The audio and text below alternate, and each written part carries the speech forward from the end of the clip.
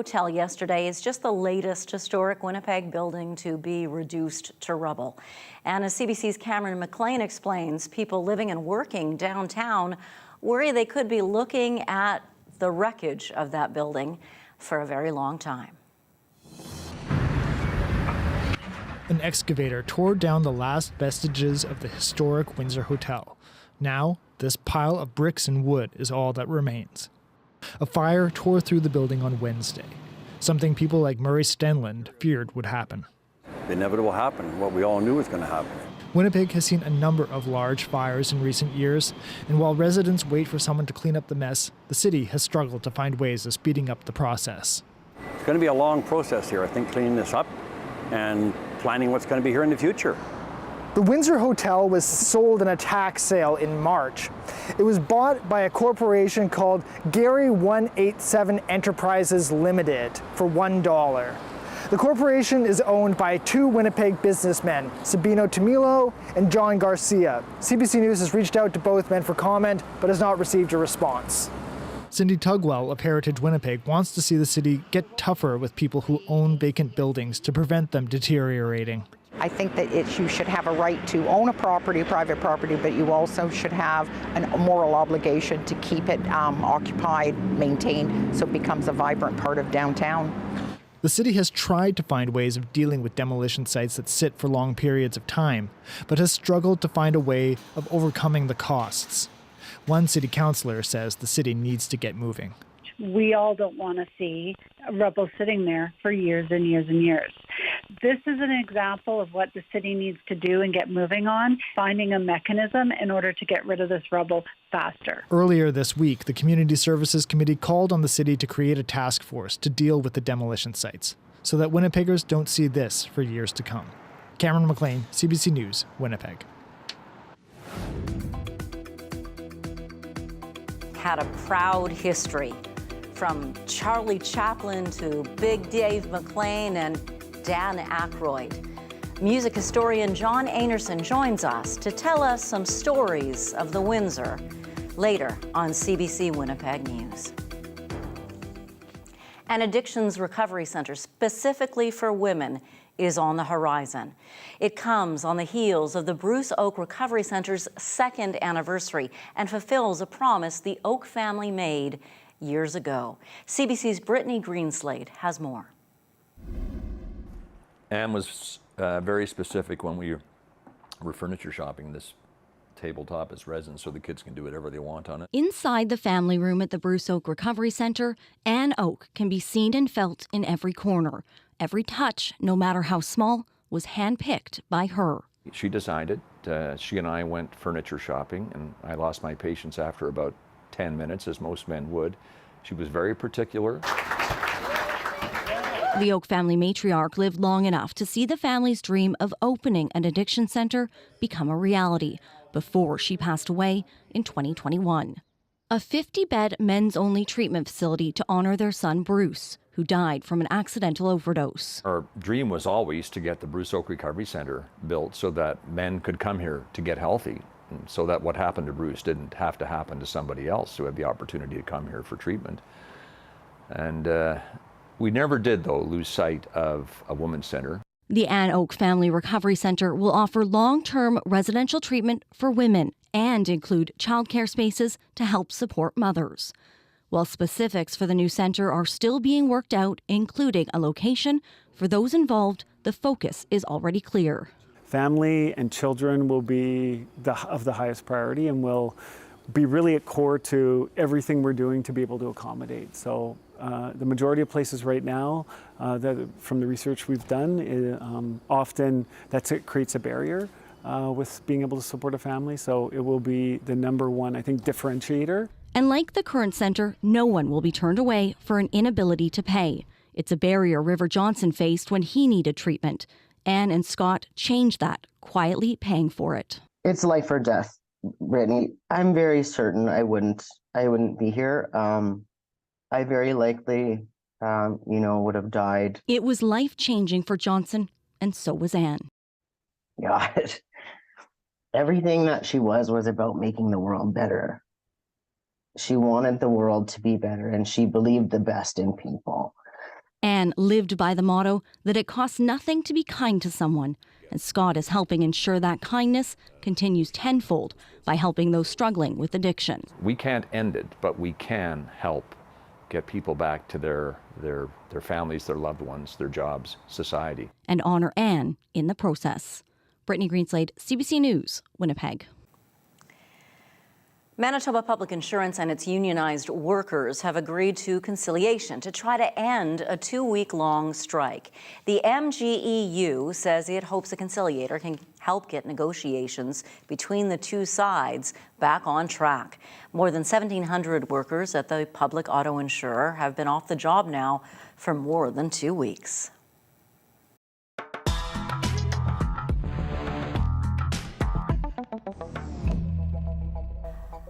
Manitoba's 3 largest political parties made a pile of new election promises today about healthcare, movie production, and basic income. Our Bartley Kivas and a camera person went out and gathered comments from these people. We normally play those back to you so you could hear the clips, but we're having some technical trouble. So Bartley Kivas is being the good sport that he is and joining us live in the newsroom to tell us.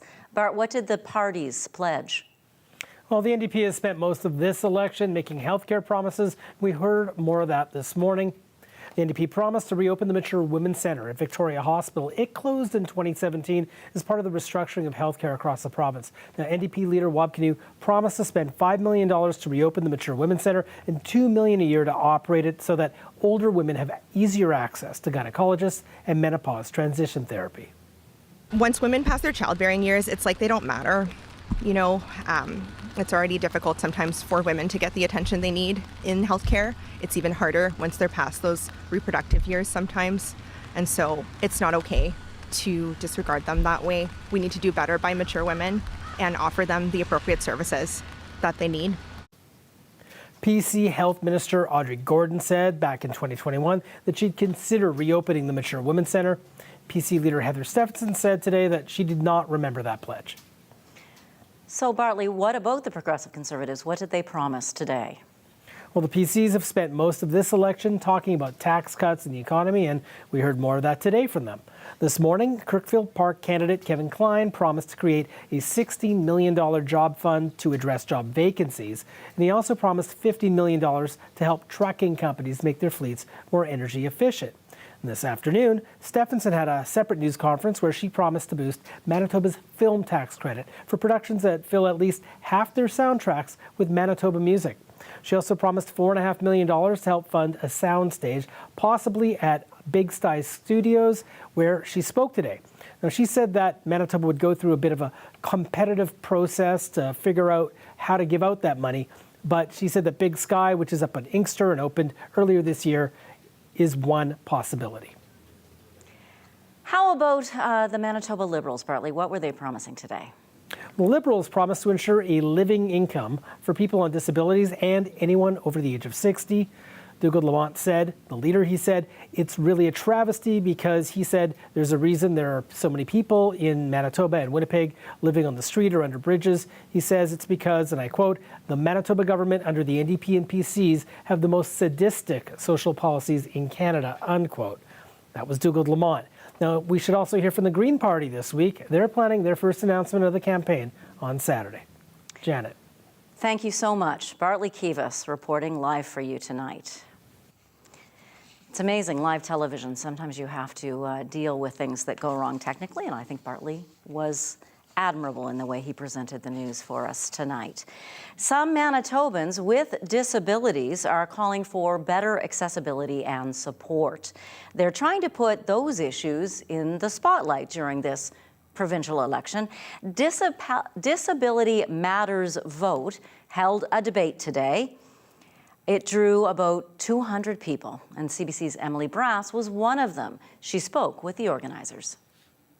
We're here at the Victoria Inn and Conference Centre for the Disability Vote Matters debate. Members of the Liberal, Green, NDP and PC parties are all taking part. And joining us now is David Crone with Disability Vote Matters. Hi, David. Hi, Emily. So what are some of the hot topics in the election campaign right now for people with disabilities? Well, we have 5 different priorities that we're all working from basic needs to employment to wages for direct support workers. accessibility. It's just in general, just getting the word out that there's 234,000 Manitobans with a disability. And we really want to hear from all the politicians and let them know that we're a big voting bloc that they need to pay attention to, but today's their opportunity to tell us how they plan to support and make Manitoba a more equitable place. And what are you hoping in terms of accessibility? Like, that's one of the bigger issues. Like, what are the issues in Manitoba specifically? Well, it's one of the things, there's a new Canadian disability benefit coming, so we're looking for a pledge so that they don't claw back the benefit. We're looking for more accessible and affordable housing. We're looking for increased wages for direct disability support workers. We're looking for more supports in how do you employ people with disabilities. You know, disability impacts everybody's lives, whether it's indirectly or directly. And we really want to make sure that we're heard. And finally, you mentioned a couple times being ignored, not being included. Like, are issues affecting people with disabilities a big enough priority right now in this election campaign?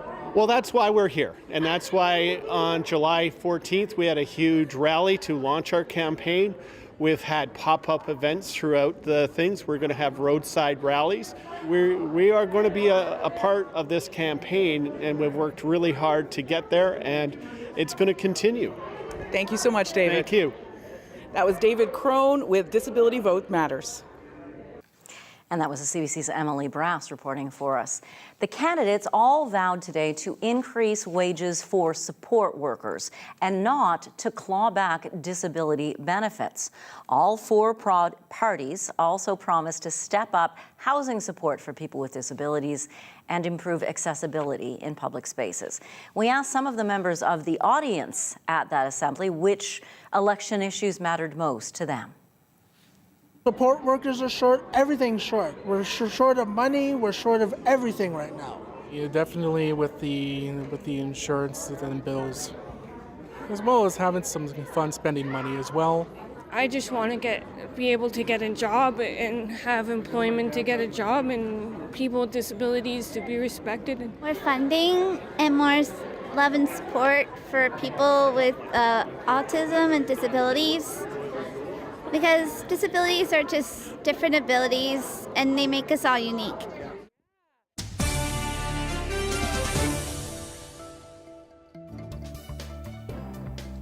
Join us next Thursday. Manitoba's three main party leaders will go head-to-head right here in a televised provincial leaders debate. We're teaming up with other broadcasters to bring you an hour-long commercial-free debate right here at 6 p.m. on September 21st. It will be moderated by Mary Agnes Welch from Probe Research with questions by a panel of journalists.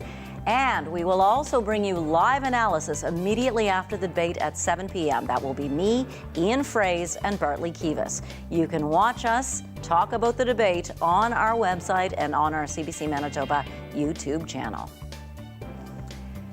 Several Province of Manitoba websites are down right now, including the Government of Manitoba's and the Court of King's Bench websites. Long habit saying Queens. The province says there was an unplanned service interruption. A provincial spokesperson says the cause is related to network and server infrastructure and that there is no indication the issue is related to a cyber attack. Agriculture students from Broken Head Ojibwe Nation are using their skills to help their community lower food costs. Video producer Kevin Nipatebo from our CBC Indigenous unit stopped by. Take a look.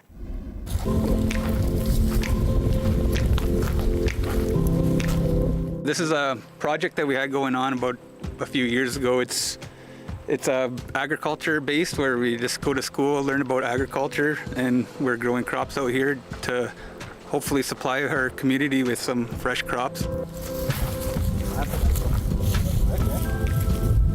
Around 320 strawberry plants that we've been working on for the past 2 years. This initially all started, I would say, about 6 years ago with a completely separate group of people within our community that noticed the rising food prices throughout the world, and especially Canada recently within the past years with all the inflation and the pandemic going on. So they wanted to find a way to combat this locally. So an idea of making a local farm and local gardens arose. And then now, 6-7 years from that initial idea, they made a group, which me and Colin were originally part of, and Corey joined on 6 months later. So we are taking, but I think recently they just got eaten by a couple deer, I think. Feedback has been pretty good so far. A lot of people have been complimenting us on how well we're doing with our crop and stuff this year. Like, it's all just trial and error right now, so it's kind of, we're just learning more and more as we go along. That, and hopefully teaching the youth about farming, since it's becoming more rare and rare that the youth are in farming practices and stuff like that. So we kind of want to try to revive that for the youth. We definitely want to be able to provide consistent food year-round, healthier options to our community.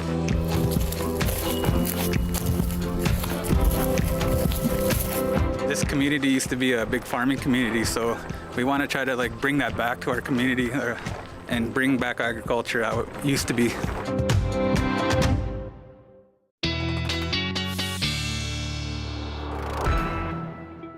Growing your own food.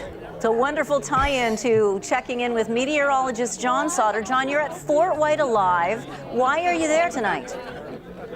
Tonight is the annual Harvest Supper, Janet, and this is actually being hosted by our own Marjorie Dowhouse, Radio Noon's Marjorie Dowhouse. I just saw her over there. She's kind of busy right now getting ready for the dinner, but have a look around. This is the farm part of Fort White. They grow food here. They've got tents set up in the farm area here, and a wonderful dinner about to be served. And to tell us more about that dinner is President and CEO of Fort White, Liz Wilson. Hi. Thanks for inviting us. This is really, really nice. Oh, are you kidding? Thank you for being here. It's you've been great. CBC's a fantastic supporter, so we appreciate you being here. Well, tell us a little bit more about this event. It's an annual event, and it really is in place to help Fort White Farms, right? It is, yeah. Fort White Farms is a social enterprise here as part of Fort White Alive, and what we do is we grow good food and gardens, and we grow community, is what we say, and we support youth in our community that may not find a classroom is the best way or place for them to learn. So we bring youth here to really experience hands-on learning and working on our urban farm. They do everything from planting to cooking to, they learn a lot. Tell me about that. They do. Well, especially weeding. If you ask the youth what their favorite job is, it's usually not weeding. Yeah. But they learn how to grow plants. They plant all the gardens. They harvest all the food for our weekly market we have every Thursday. And then the food that we've harvested today is being prepared by local chef Dustin Peltier from Loaf and Honey for a fantastic gourmet meal that we're going to have all from what's sourced here at the farm. And you can't get fresher than that, right? No, absolutely. This is a really fun event. There are games involved, right? There's potato toss and horseshoes and anything else? Well, the favorite one of the crowd is chicken poop bingo. I might have to enter Janet into that. You think so? Whatever her will. lucky number is, between 1 and 16, we'll place her number on the square, and we put one of our farm chickens on the ground and see what happens. You know what? In my next weather segment, I think we might have the chicken actually trying to do that. So okay. We'll point that out. How long is the segment? Yeah, it depends on the chicken, I think. You're right. Yeah. Thanks, Liz, for this. Thank you. And good luck with the evening, and good luck with Fort White Farms. It's wonderful. Thank you so much. Appreciate it. And we'll get down to some weather. And it is actually a very, very nice evening for this. We had a little shower go through earlier on. Saw that on radar and actually talked about that. I had some lightning strikes. Talked about that on Up to Speed this afternoon. But here's a look at your current conditions. We're at 23 degrees right now, and it is a really lovely evening. Dew point only 10, so not all that humid. Winds are west now at 11 kilometers per hour. You can see on the satellite that we have cleared out, and on radar as well. We've got a few of those showers that I talked about that are now well east of Winnipeg and weakening. A couple of little returns on radar out to the west of here, but I don't think that'll materialize. You look at lightning tracker, and south of St. Anne, Manitoba, we still have a couple of lightning strikes. This is how it plays out on Futurecast. forecast, you can see the circulation around the system. Tomorrow we're into the wraparound effect, and by the afternoon here in the northern Red River Valley in southeastern Manitoba, northwestern Ontario, that's when we have some scattered showers. I'd say it's 40% or less. Then on Friday night and on through the day Saturday, we'll start to see further clearing and a lot more sunshine for the second half of the weekend. That's a look at Sunday morning at 2 a.m. and we're still looking at just being on the edge of that cloud as it moves off to the east. So the low tonight is 9 degrees. It's clear this evening but partly cloudy overnight. Sun cloud mix in 11 in the morning, and then 19 degrees in the afternoon with a sun cloud mix. And the winds pick up, and not until later on in the afternoon at about 25 to 40. Evening winds will be about 30 to 50. Long range, well, it's 18 on Saturday, and then we really warm up. 23 degrees on Sunday, Monday 26 with some afternoon clearing. And Janet, I'm not kidding, I'm going to get you involved. This is the chicken poop bingo stage right here, and hopefully in our next weather segment we'll have the chicken trying to do his thing in there, okay? What, 20 years of working together, John? This is how you show your respect? Chicken poop? Thanks a lot, Johnny. Chicken poop. Chicken poop. Talk to you later. It's a family show. I shouldn't be talking like that.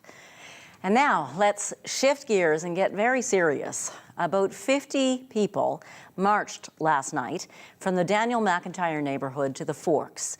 They did that to honor Tanya Nepanak. It was 12 years ago yesterday that she went missing. It's believed she was the victim of a serial killer. Her body was never found. Here's what people at last night's march had to say.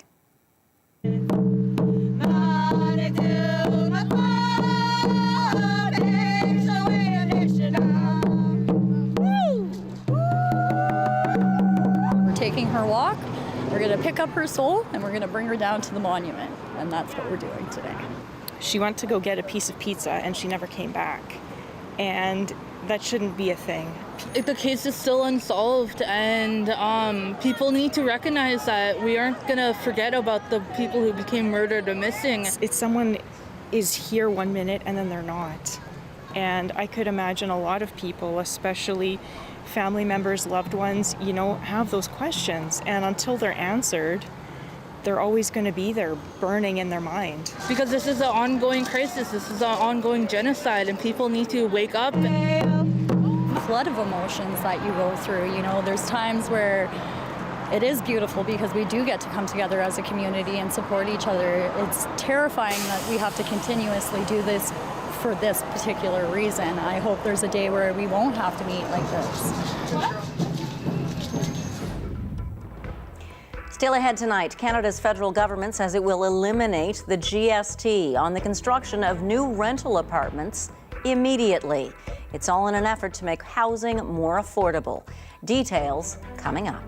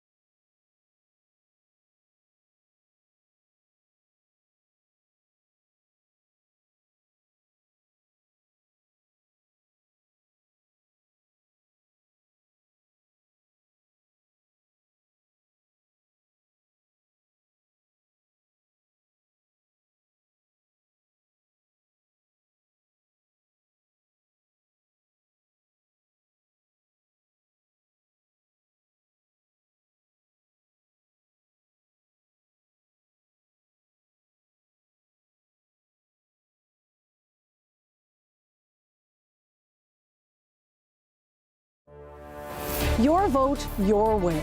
Click, stream, watch, listen. Get the facts behind the spin before you go to the polls. Manitoba votes on CBC.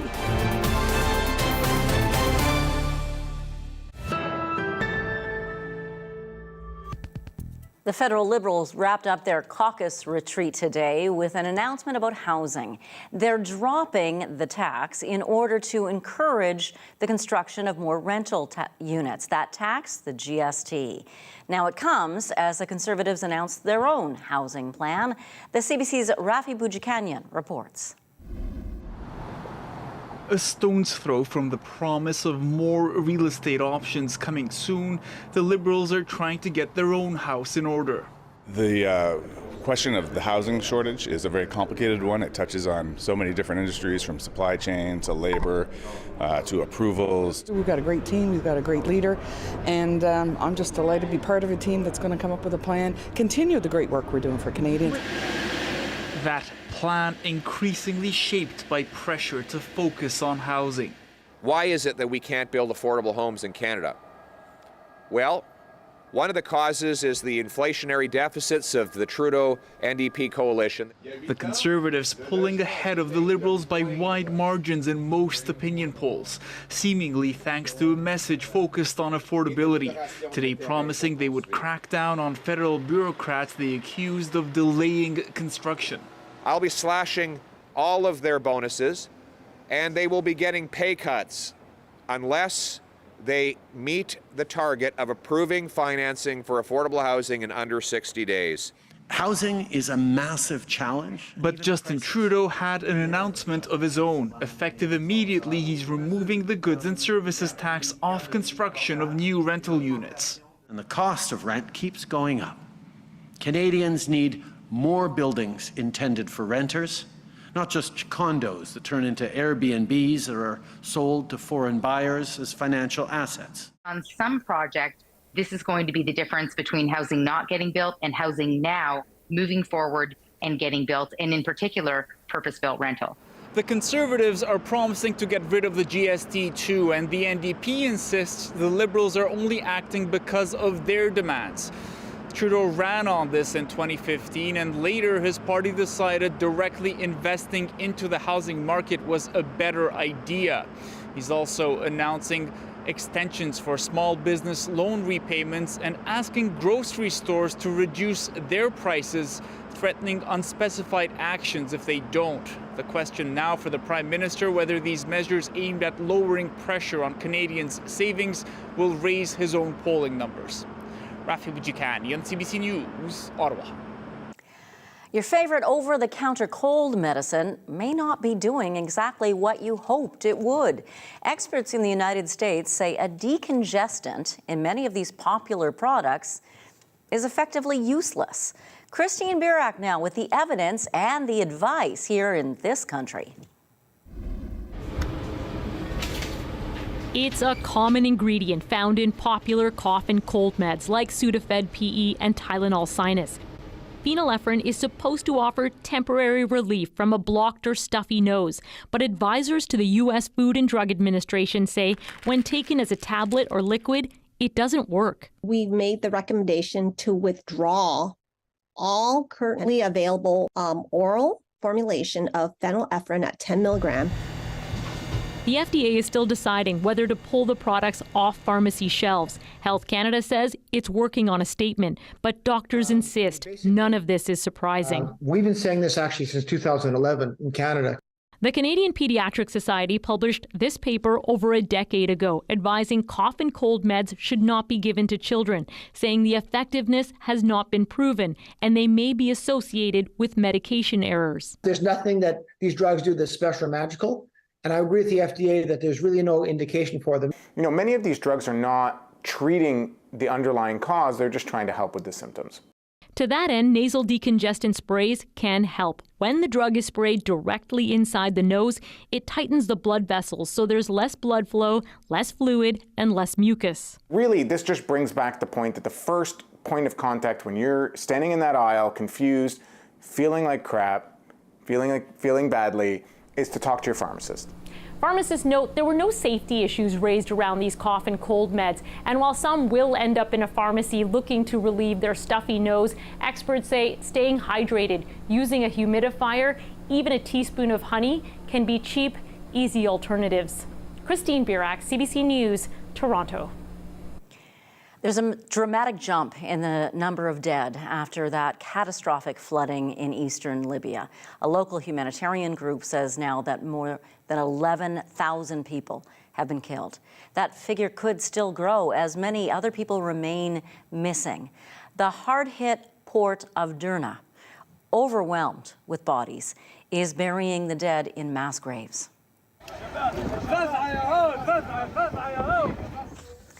Recovery teams are still scouring the ruins, and divers are searching the sea looking for victims. About 10,000 people are missing. At least 35,000 are homeless. It's after a huge storm caused 2 dams to burst Sunday night. Help is finally starting to reach the most affected areas from neighboring countries. Italy and Germany are among the nations to send humanitarian aid. The United Nations pledged $10 million, and it's calling on the global community for assistance. The United States says it's working through the UN and Libyan authorities to send relief funds. NASA released the findings today of a year-long study into unidentified flying objects. It's renamed them, though, Unidentified Anomalous Phenomena, or UAPs. The space agency says the top takeaway from their study is there's a lot more to learn, but it does say this. The NASA independent study team did not find any evidence that UAP have an extraterrestrial origin, but we don't know what these UAP are. That's why I'm announcing that NASA has appointed a NASA Director of UAP Research. NASA said there are so few high-quality observations that no scientific conclusions can be drawn. It says it wants to shift the conversation about UAPs from sensationalism to science. When a condominium's declared unsafe, unit owners can be left with a home that's worth nothing, that they can't even live in, and little compensation. It has happened in a number of instances in Alberta. The CBC's Wallace Snowden looks at some high-profile cases. What happens when you're asked to pack your bags and leave your condo due to structural concerns? That's the question facing residents here at this Northwest Edmonton condo. The building has been evacuated. Engineers have determined it could collapse at any moment. Inspection reports show its actual construction does not match blueprints on record and that parts of the structure have already started to fail. It's a case of history repeating. In just over the past decade, hundreds of Albertans have been ordered to leave their condos due to issues with unsafe construction. We know of at least 4 high-profile evacuations, each of which triggered long, complicated legal battles. Penhor Wood in Fort McMurray is often considered the most egregious case. Residents there were ordered out at midnight on a cold night in March and were never allowed back. Although settlements were eventually reached after 11 years of litigation, many owners faced financial ruin. And to this day, some continue to pay their mortgages on their now demolished homes. We finally settled the lawsuit with all of the defendants and just recently sold the land, and all those funds got distributed to the owners. It came nowhere close to covering the value of their units. There's little recourse for condo owners who discover their homes have been poorly constructed. Because condos are private property, the legal onus falls to owners to pursue civil damages and pay for the repairs necessary to bring properties up to code. Complicating matters, construction companies often dissolve after developments are complete, making it difficult to recover damages. Experts say more enforcement and oversight are needed to ensure buildings are safe. We've seen over the last couple decades that building standards haven't been enforced. And we are concerned. We're concerned that nobody's taking these concerns seriously. As for the condo owners here, they'll have to decide whether their flawed homes are worth saving and whether they're prepared to pursue a costly legal battle that may never make them whole. Wallace Snowden, CBC News, Edmonton. Halifax Harbour is getting a giant dose of antacid. Coming up, how heartburn medication might just help fight climate change. We'll be right back.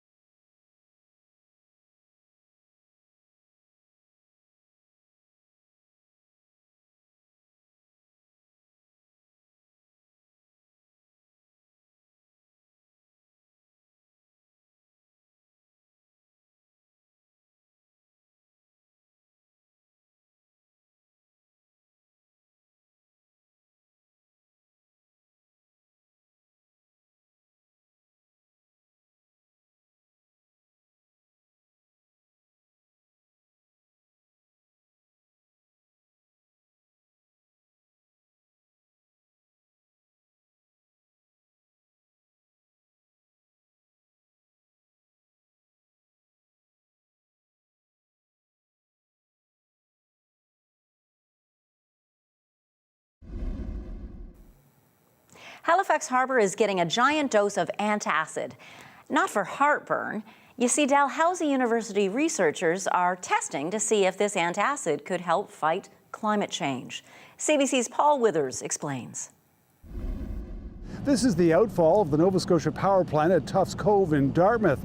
This week it's the scene of a trial to add tons of antacid to Halifax Harbour to see if that will help remove carbon from the atmosphere. The most visible element in the experiment, the release of pink dye to track how the antacid is likely to spread in Halifax Harbour. Unseen but more important, 15 tons of magnesium hydroxide, a benign alkaline often used in wastewater treatment, released in a slurry of seawater. You can kind of think of it as a sponge. By making the ocean less acidic, you're increasing the size of that sponge. And so its natural ability to take CO2 out of the air, which it's doing all the time, that capacity grows as you make it more alkaline. The company is responsible for the dosing trials. Part of that is to ensure it has no negative environmental effects. Critical part of our regulatory compliance is to have a close eye on the receiving waters. We need to know exactly what the chemical composition of this water is, especially the pH, the acidity level, and the amount of suspended solids. So we keep a close eye on that here with this meter, as well as in here. A series of pumps and instruments that is continuously taking measurements. Will Burt says this is groundbreaking research not being carried out on this scale anywhere else, with a big upside if successful. 5 years' time, we could be removing enough carbon at this very site to make a dent in our provincial emissions portfolio. So there's a really big opportunity here to make a real impact. The dosing project is being assessed for its effectiveness by researchers at Dalhousie, who are comparing real results with models like this. Right, we don't have a vested interest in the outcome, and our role specifically is to verify that CO2 is indeed taken up and stored in the ocean, and develop ways to quantify it accurately. The challenge, she says, measuring appreciable change when background levels in the ocean are already very high and variable. More trials are planned at this site in the months and years ahead. Researchers hope to have a better idea if it's working in a year or so. Paul Withers, CBC News, Dartmouth.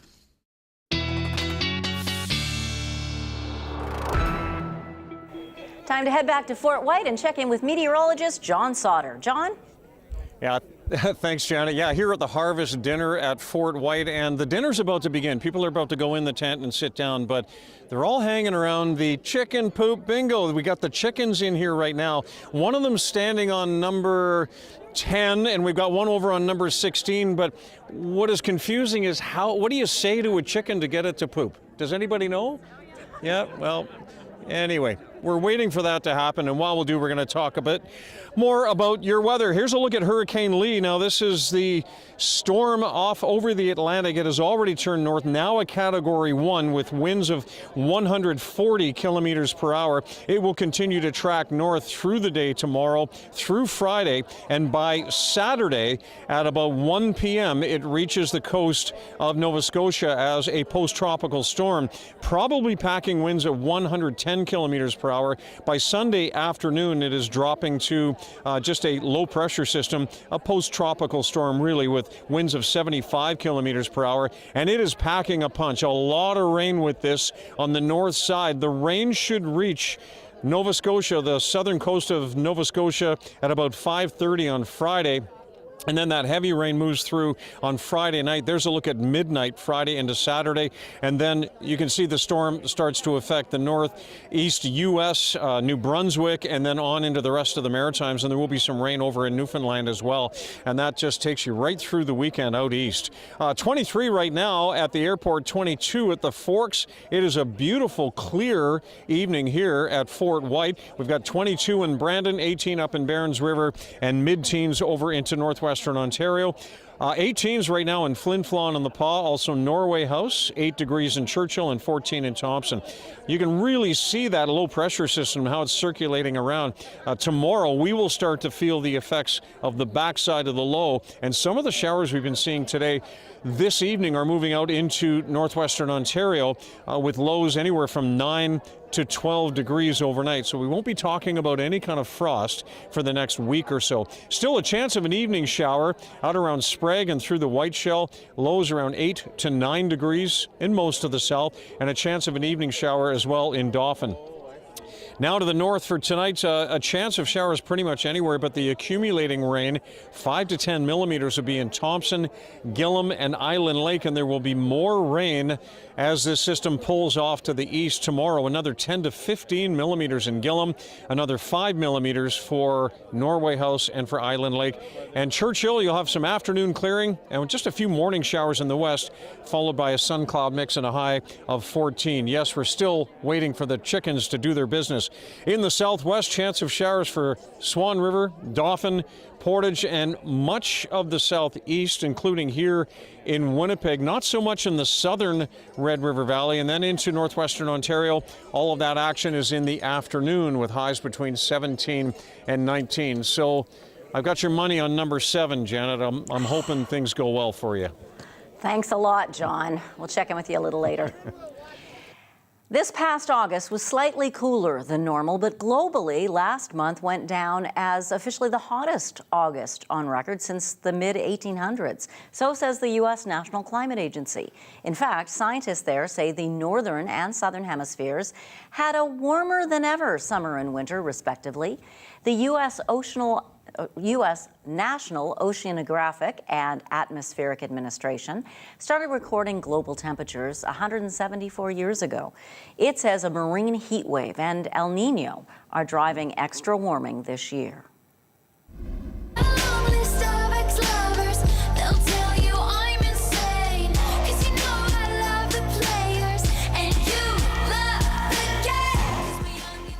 Taylor Swift with Blank Space, one of the more than 40 hits she's been playing to arenas filled with fans on her much-hyped Eras tour. Now, one of those lucky fans could have the opportunity to get paid for obsessing over the pop star. The biggest U.S. newspaper chain just hired someone to cover Beyonce, and now they're looking for a journalist whose beat will solely focus on Taylor Swift. The company wants someone who can capture the singer's growing legacy and the significance of her music. Go figure. This was once the place to be for music fans here in Winnipeg. Historian John Anerson joins us with stories of the Windsor Hotel's glorious past after the break.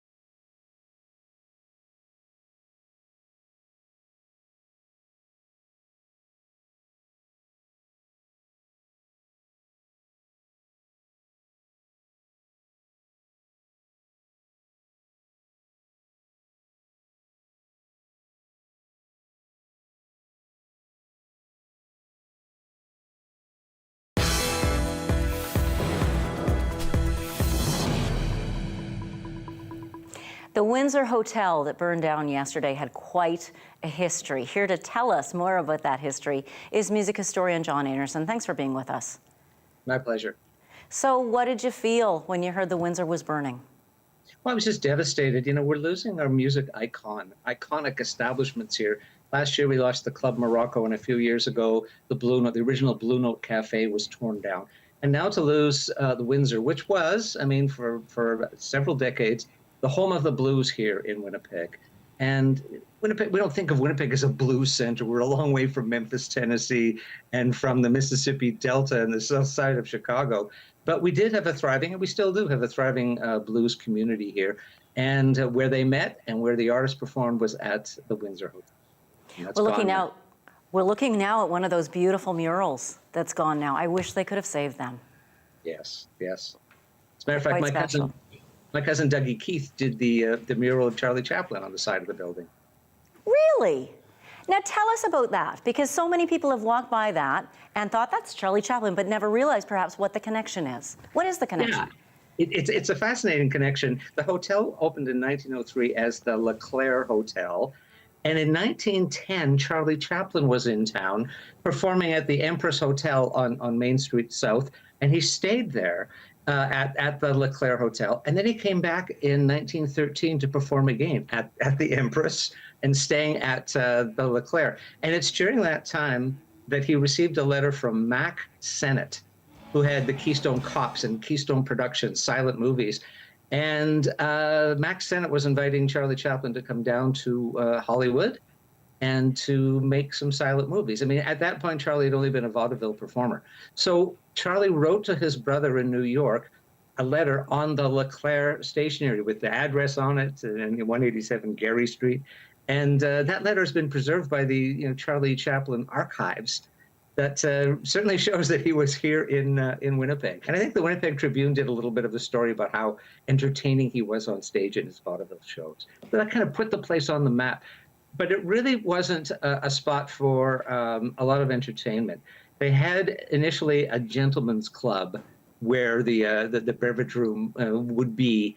And I don't mean gentlemen's club like they had strippers or anything. It was just for gentlemen to hang out with each other.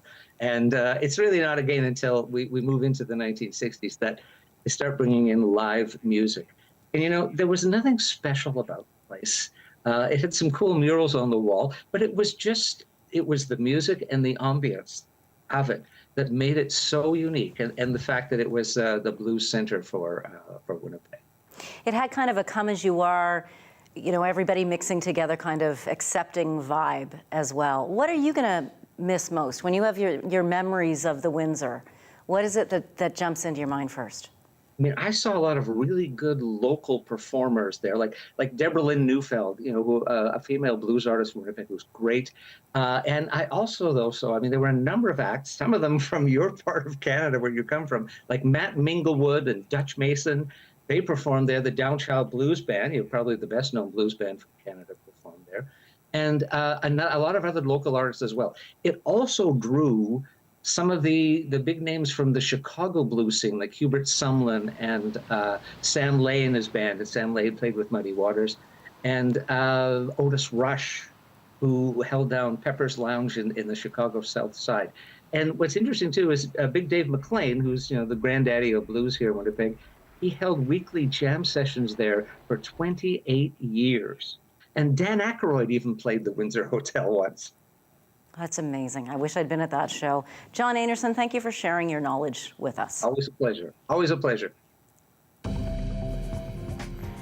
Taking a live look now at Fort White Alive. We're going to head back there and check into meteorologist John Sauter, find out what he's doing, what's happening with those chickens, and get your 7-day forecast when we return.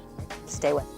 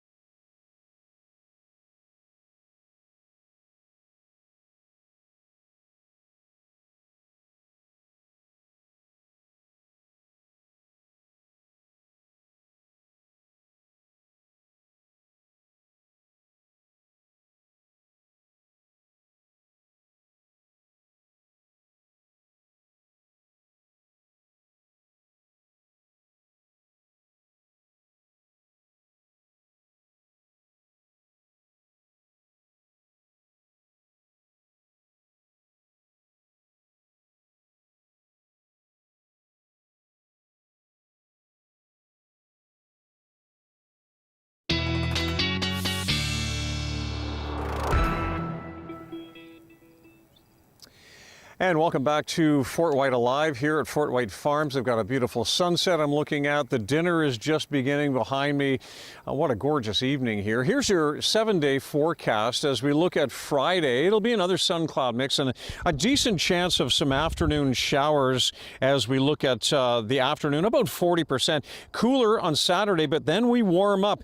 26 degrees by Monday, mid-20s by Tuesday, and a little bit cooler, but still over 20 degrees by mid-next week. So, Janet, the harvest supper, like I say, is just beginning, and a really, really nice event here at Fort White. It looks beautiful. Thank you, John. Have a nice evening. Thank you. And thank you tonight to everyone who scrambled today to get our show to you when we were having terrible technical problems. They worked very, very hard, and I'm very grateful. Have a good night, and we'll see you tomorrow.